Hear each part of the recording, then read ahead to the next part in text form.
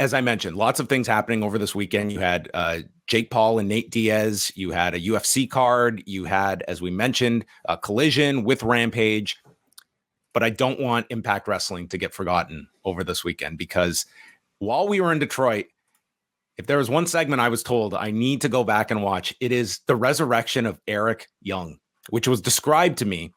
But boy, sitting down and watching this, it did not prepare me for maybe the greatest segment of all time. Wei, did you have time to watch this? Oh, yes, I did. Yes. Under your advisement, I did take the time, and I'm very glad I did. Okay. Number one, when they were going into Slammiversary and it was just the mystery partner for Scott D'Amore, who will replace PCO, this is how the Go Home show should have ended. Okay. This is how the Go Home show should have ended and revealed who the partner was. So to get everyone up to speed that are not watching Impact, when Eric Young left the company the last time, what they did was his main disciple, Cody Deaner, was pretty much ascending into the role to take over the design. And by doing that, he had to get rid of the leader who he had been feuding with in Eric Young. So it comes down to this prison scene where they meet and Deaner proceeds to shank Eric Young. And we are left with the conclusion that Eric Young has been murdered by Deaner in this prison. And that is how Eric Young was written off. Turns out he requested and received his release from WWE, and he came back to life at Slammiversary. And this was like the big question of, wait a minute, this guy was killed the last time we saw him, and led to like the legit greatest backstage interview of all time with Gia Miller pointing out, you're not dead, so what's going on? It's a great question, Gia. It's a fair question. And Eric Young secured footage of what happened in the prison.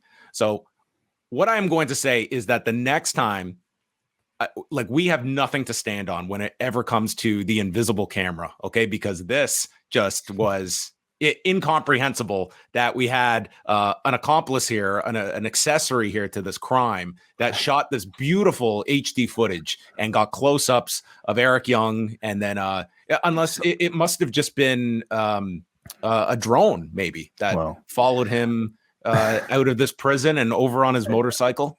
I think whereas AEW certainly takes one philosophy about maybe trying to convince us of the reality of like these sort of backstage skits. Impact really takes it the complete opposite direction.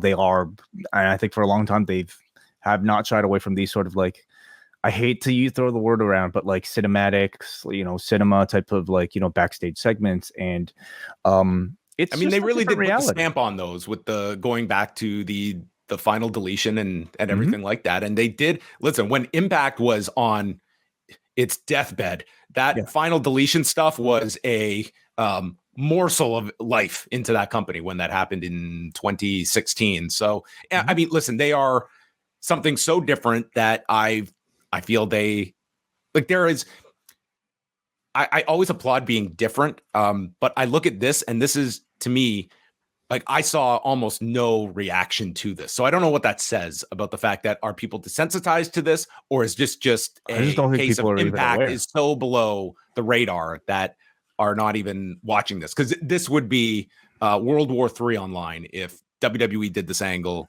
AEW did this angle. But it requires you to sit back as Eric Young gets onto his motorcycle. And not since Jeff Hardy have we got such an in-depth inner monologue than Eric Young reflecting on what has happened.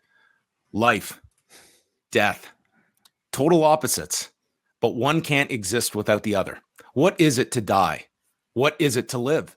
Can you die if you've never truly lived? Is death final? Then why are we so scared of it? Is it because in the end, death truly is the unknown?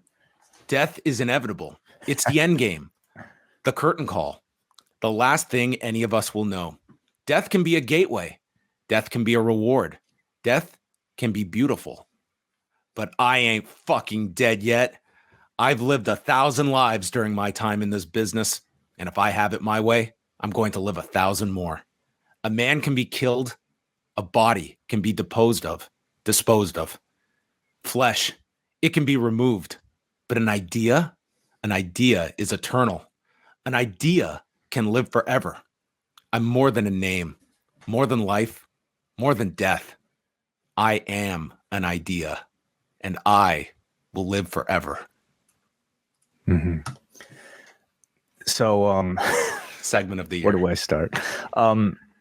This inner monologue felt like the scene in Billy Madison where he goes on this giant tirade in this academic decathlon, and the person responds by saying, "What you just said was absolute nonsense, and we're all dumber for having heard it."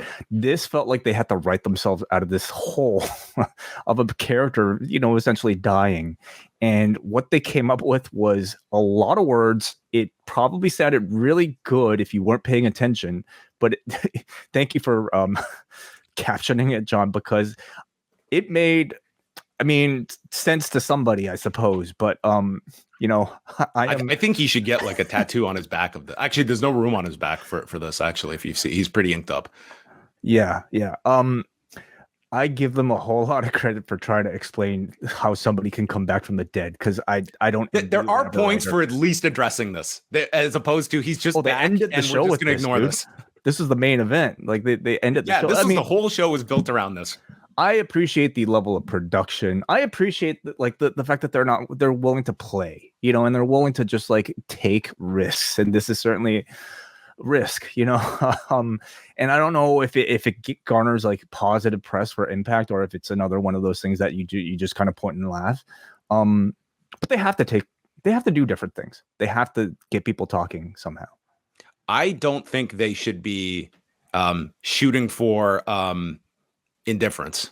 Okay. Mm-hmm. I think if you're gonna go something like this, go all the way, generate this discussion from people. I think that's a win for Impact, if that's what you're talking about. Like, this is a show that at best is being watched by 150,000 viewers on a Thursday night on Access. Like, this is not Impact is not near the viewership of Women of Wrestling. Like, when you think about it, like, Women of Wrestling is just what a mystery this show is. It is watched by so many more people.